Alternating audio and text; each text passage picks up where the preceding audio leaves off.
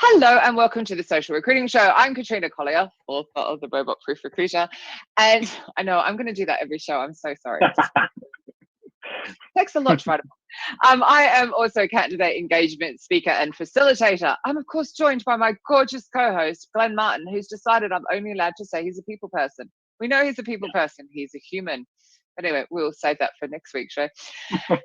Super excited to have a chat with Michael Godlberg, who is a talent acquisition consultant out of Dallas, Texas, where currently he's not roasting, which is quite extraordinary considering it's summer. Welcome to the show, Mr. Godlberg. Welcome, Michael.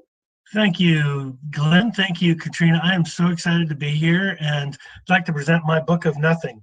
But I will be reading The Robot Proof Recruiter very soon when it comes out on August 28th here in the United States. Buy it on Amazon. You guys have to wait. It's so rude. I know it is rude. It's the English way, but it's okay. But you can get it on Kindle, but loads of people don't want it on Kindle. It's quite hilarious.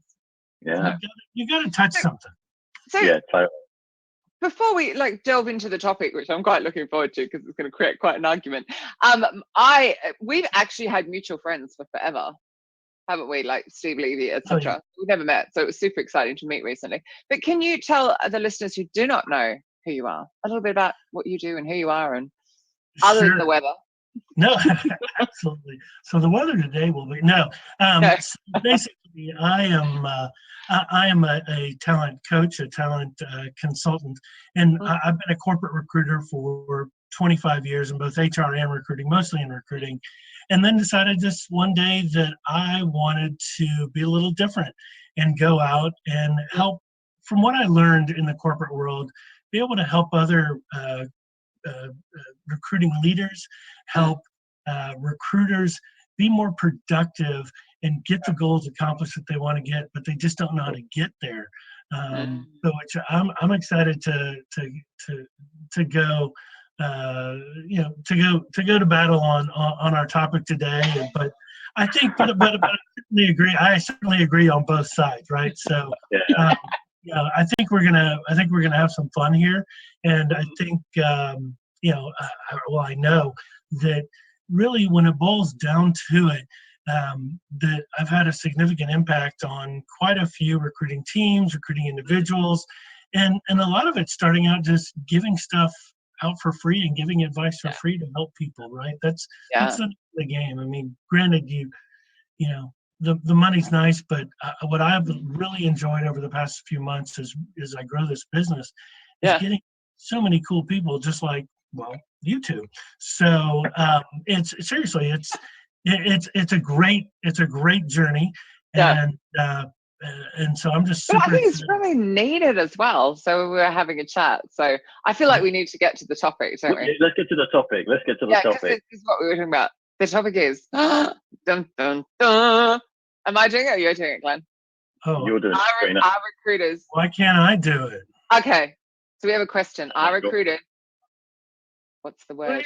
Lazy. Oh, nasty word. We have no audience now. Right. I have to drop about 30% of the segment straight away. But it's a really harsh question, and it comes up a lot, doesn't it? There's this natural thing: are recruiters lazy?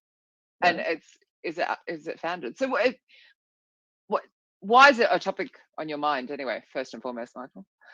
Well, it's just become apparent that they don't want to pick up the phone. They're still doing the post and pray mentality. They're still screaming candidate engagement, but they're doing nothing to engage the candidates, except through some basic automated technology that has no people-centric focus. Yeah. So I'm finding that recruiters, they want to do more and they say they want to do more, but they just don't have the oomph to go out and get it done. That's a fair point. Katrina, you make reference to that in your book, using technology to kind of, it's almost effectively building more of a barrier between, kind of recruiters and should we call them candidates? I prefer to call them individuals, but it is building, more barriers. And, maybe recruiters are guilty of effectively relying on the technology to automate everything so that the output is just there. So I think it's definitely a valid observation for sure. Is it lazy or is it lack of time and understanding and training? Like what? Like Yeah, so this is it, right? So Michael and I were talking about this prior to coming on live. It's like, okay, is it laziness or is it a lack of training or is it a mixture of both? In your experience to date, Michael, what do you see as laziness, lack of training, lack of engagement? Glenn, I think it's a mixture of both, and that's where one of the tools that I'm actually starting to develop is kind of it's not going to be entitled "How Not to Be Lazy," but I'm coming up with a product and training that I offer to recruiting teams that help them understand why they're so important to the organization and to give them the proper tools to do the tasks that they need to do. What I think it also is that you get all these what I call the drive-by requests, whether it be from your managers or the managers sitting in a board meeting or the managers sitting in an executive meeting, and they say, oh, retention is something we need to be focusing on, and all of a sudden recruiters are supposed to be bringing people into the organization are now focused being asked to help keep people in the organization. Well, it's not up to the recruiters to keep people in the organization. Right. So everybody starts freaking out on the one topic when they really should be freaking out on how do I get candidates, qualified candidates or qualified individuals, to your point, Glenn, to my hiring managers, because you've got this great what I call a great, it's basically a great canyon. It's a Grand Canyon of recruiters can't find the candidates today, or they're not willing to go out and source, especially in those one-man, two-man functions, two-person functions, where they go out and they find they have to go out and all they do is recruiting, versus is like a generalist and has to do everything all at once. And so does that go back to then, because you say like that recruiters aren't aware of the importance of the job. I disagree. I do think they understand. They bring the people into the company and the people make the company. Don't you think it's the management aren't giving enough resource to the person who's responsible for bringing in the people? So therefore that thing. No, too many requirements. These, I love that. What was it? Drive-through requirements. Love that. Yeah, that's cool. Yeah, the drive. Yeah, no. So I agree. Recruiters aren't getting the kudos they deserve. How about that? No. I was meaning the resources they need. Be that technology, training. Yeah, kind of recruitment. Yeah, recruitment's always looked at as a cost, isn't it, as opposed to an investment in some companies. Well, largely. So to your point, Katrina, I think it's kind of like, are they getting the kind of budget allocation to really create a quality kind of, should we call it a reach out, kind of attraction strategy, or are they just kind of giving the bare minimum tools on that? Because surely in your scenario, shouldn't the manager be going, actually, no, hang on a minute, what am I doing? I'm just throwing an idea. I'm not thinking this through in the long-term impact of we suddenly need a retention person or we need the recruiters focused on that. Yeah, I think recruiters are just they're not being given the appropriate. There's a ton of automation tools out there that help you schedule. I mean, just think about it. When you're how much time when I was doing recruiting and I used to carry a load as a director, the back and forth that went all along. Now you have Calendly or whatever your calendar. The calendar tool of choices, right? That helps. You have to think about it that way. The other, here's another one: video technology. Setting up video interviews is so much easier. Even the pre-recorded, and some people are against the one way where you have to pre-record, but I think it's a way to get people to talk about themselves from a marketing standpoint. Number one, number two. It saves the recruiters a ton of time on having to go back and forth on phone screens and getting all that information. I mean, certainly they may have to follow up, but just think about the amount of time that they get to save by using tools that are going to help them create time so that they can go out and source. Spend more time with the human. Right, and more human time. Yeah, I was going to say, Michael, do you think it's about the appropriate allocation of time? So certainly in the UK, in such a competitive market for talent, ultimately your time should be allocated more towards really creating very specific or personalized kind of messaging content for that particular demographic of individuals you want to kind of target, as opposed to spending loads of time on collaboration tools and scheduling tools, and making the process from the point of actually identifying somebody, making that bit really slick and time efficient. But actually, that's just a small segment. The actual real time allocation should be about, how do I discover these individuals, attract them, and get them engaged with our particular business. I think it's the engagement piece, but sometimes, well, not sometimes. I mean, but and Katrina and I were talking about this the other day. Is they want to make the time, they want to do right, but I think that they're just so overwhelmed that they don't have time to craft these personalized templates. And and we're not talking about writing a 1,000-page book or a 400-page book. We're just talking about writing, just in the first couple of sentences, showing that you've looked at their LinkedIn profile and telling them, without coming off and say, hey, I got a position for you.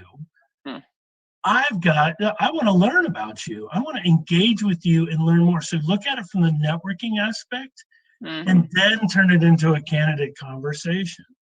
Yeah. And certainly, and I'm happy to share with the audience, and Katrina, I can send this kind of what I use as my LinkedIn template when I go out, if you want to share with your users. But I think it's more than that. I'm always reluctant to use templates, just because there's just too much copy and paste goes on. Well, but it's not just copying and pasting. It's writing. It's coming up with a personalized. It literally in the first paragraph, first 2 or 3 sentences, you're coming up with a personalized message about them, noticing that the work that they've accomplished, saying that I want to learn about you, and then so I don't know if it's called. I get that, but the trouble is, it ends up being people just send the same message with this slight tinkering all the time, which ends up. But I still think it's bigger than that. I still don't think that recruiters have enough time to be able to do that in the first place, because they're under-resourced, under-taught, like going back to the initial, like, are they lazy? Do you think the scope increased as well, Michael? I mean, if you think about kind of recruitment 10 years ago and recruitment now, do you think the scope of the actual role as a recruiter or sourcer or end-to-end recruiter, the actual scope has increased a lot more? The expectation is a lot wider. No, vastly. It has increased tremendously. But the one thing I'll say is, one could argue that they could make the time to come up with a targeted messaging campaign to when they're sourcing and understanding their audience. Just a little ounce of preparation is going to go a long way with you as a recruiter. So we can say that the roles have expanded. We can say that they have all these drive-by requests that come on to them, but in the end, they can make time to do it. They can come in a little bit earlier when it's quiet, when the phones aren't ringing off the hook and emails haven't started, or they can stay later during that same period of time. I find the best time to go out and source candidates is actually on Sunday morning. Now, I get the most results when I source on Sunday morning and I reach out to these folks on Sunday morning. So you're actually encouraging recruiters to work longer hours than they already are? No, I'm not. Time efficient. I'm telling them how to make time. But you're doing it by saying make your day longer or work on Sunday morning. So it would be fine if the company went, do you know what, you can come in late on Thursdays and work Sunday mornings, but I don't think there needs to be a flexible working policy, right, to implement that. You're right. Yeah, and I agree, because I think you should be interviewing in the evenings as well. So because that's what people want to with the dog on their lap. Like it would be the social recruiting show without Banjo coming and slanting on my lap at any point. He's like completely distracted me. But yeah, I just think I hear of recruiters having 45 job requirements and crap like this, which is out like ridiculous, way too many. And I just think that they're already working so hard. That's even though the topic is about being lazy. Well, but I mean, let's admit it. Recruiters should always be on. You hear that from everybody. I'm not saying work longer. I'm saying work smarter. Try to figure it out. And if that means you got to handle the drive-bys, that's great. but you still have that expectation to go out and find candidates and bring candidates to the table and present to hiring managers. Do you, Michael, in your experience, do you find some, internal recruitment teams maybe struggle or find it quite challenging to manage up? So manage expectation of like the C-suite turning around and going, "Oh, retention's now a major focal point for us." Do you find that they're quite reactive to that and find it quite difficult to sort of maybe challenge that in terms of its level of importance compared to everything else they're doing? I do. I think they're obviously going to do whatever an executive asks them to do, but I think what recruiters can do a better job of is prioritization. Whether it be creating their own prioritization matrix or working as a team to create a prioritization matrix. Say, look, this is how we're going to handle drive-bys. This is how we're going to handle special requests from executives. And I think that should be done in the collaboration as a team. Say, how are we going to manage that? Is it up to their manager to go to the executive and say, "Hey, look, we're trying to, this person's got, 35 recs on their plate," not making excuses, but they really need to focus on getting the talent in the door, because Mr. or Miss Executive, that's what's keeping you up at night. And it's true. So who is teaching that? Where do they go? So they're in that situation.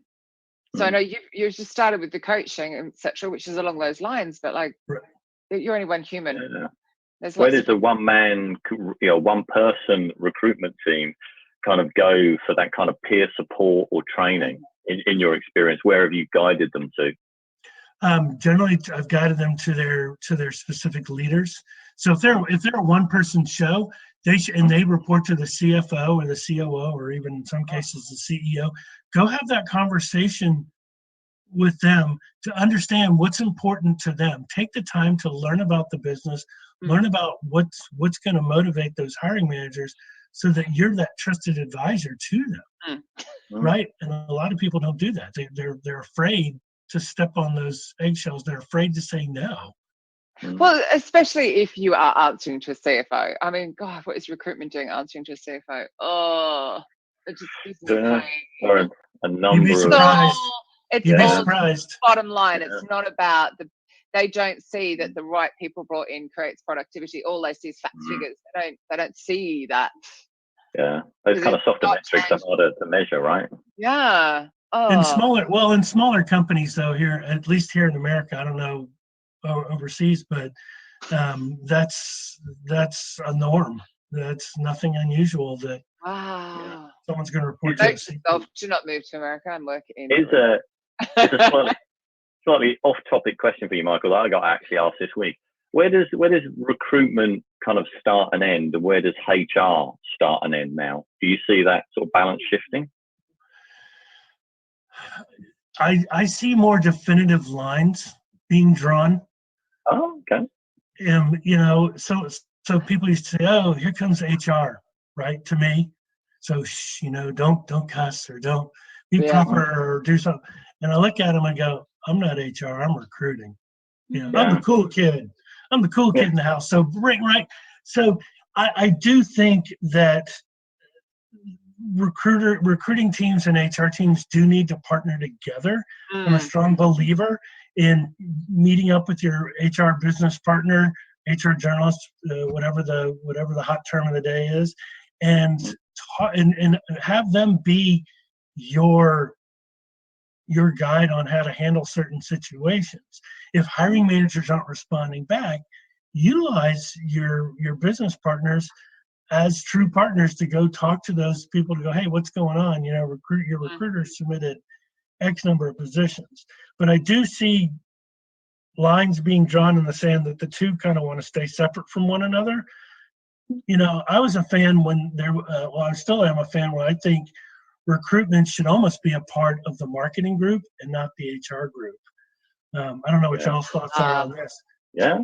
I think TA should be its own. Or its own department. Yeah, because it's so important. It plugs into HR, it plugs into sales, it plugs into finance, it plugs into everything. But to me, it's its own. I think it's it.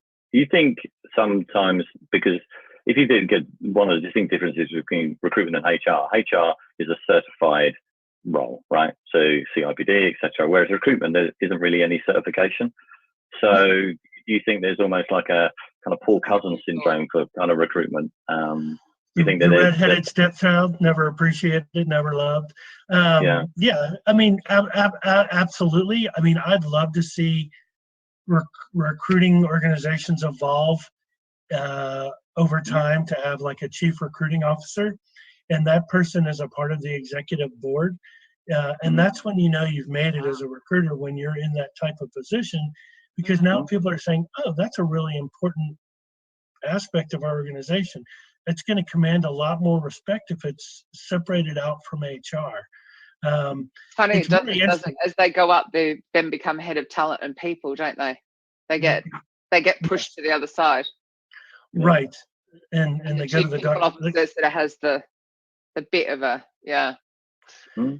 yeah, no, absolutely. And I think I know when I was in the corporate recruiting side as a leader, it was what I saw pretty interesting, or what I saw that I thought was pretty interesting, was that employees would come to recruiting because they were actually delivering the answers or pointing them in the right direction to help them to people.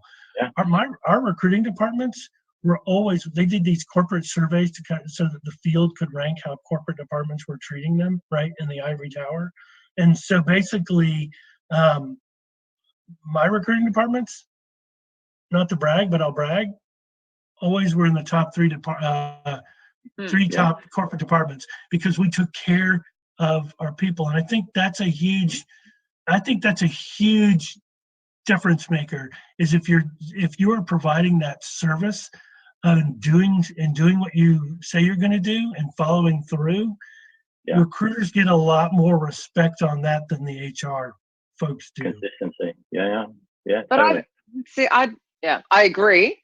However, I think we are forgetting that the hiring managers don't necessarily do the same.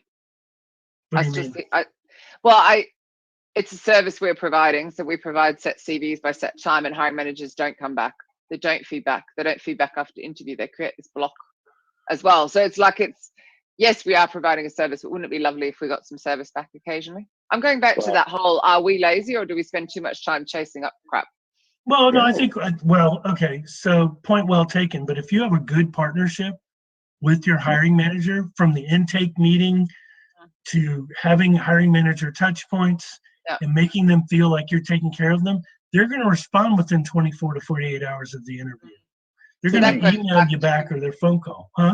That goes back to, we need more recruitment coaching and understanding of people skills, understanding how to stand up to hiring managers and to say, like, come on, we're agreeing something here as you do the intake. And also getting them to open up to like more diverse pools of talent and stuff, because obviously they can be very biased as well without realizing they're being biased. Right. So I did a webinar yesterday through HireTool, and we were talking about recruiting roadmaps, and we were also talking about accountability, because recruiting roadmaps make you accountable for what you say you're going to do in regards to technology and resources and other components. Here it's the same, to me it's the same thing, right? When you're in an intake meeting, you're creating accountability. And the conversation should be, from a coaching perspective, okay, hiring manager, here are the expectations. You're gonna respond back to me in X amount of time with candidates after I present them and after you interview them face to face. And we're going to agree that this is what the job spec is going to look like when we post. And these are the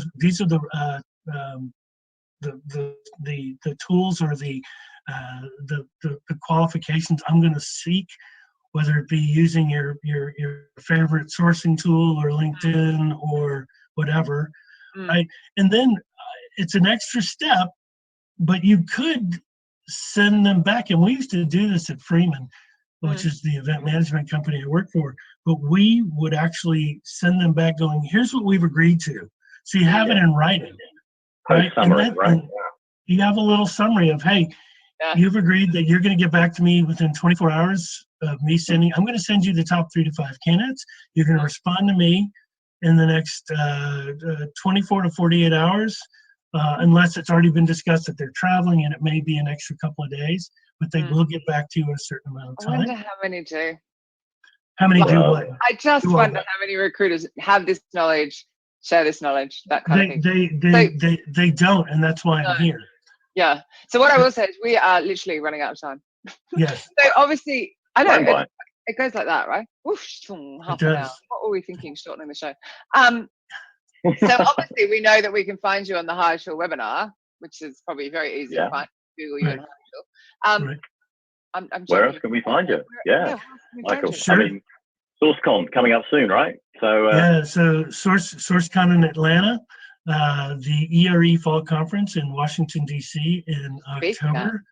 I'm speaking at the Dallas-Fort Worth Texas Recruiters Network meeting in early October. That's a local event here in the Dallas-Fort Worth area. Right. Well, and then there's TalentNet, so it's a separate group. It's a separate group. Yeah. So, and TalentNet in December. So I'm pretty busy. So it's a good thing, and I enjoy sharing my knowledge. And certainly, you can reach out to me on my LinkedIn profile. Super Recruiter is my Twitter handle, and with a nice personalized invite to connect, saying, "I heard you on this social recruiting show, Michael." Exactly. Yeah. I expect my fame to quadruple by the end of the show. Absolutely. Now we're going out on LinkedIn Live. Of course it will. That's one thing we guarantee, right? That's one thing we guarantee every guest. Quadruple. Right.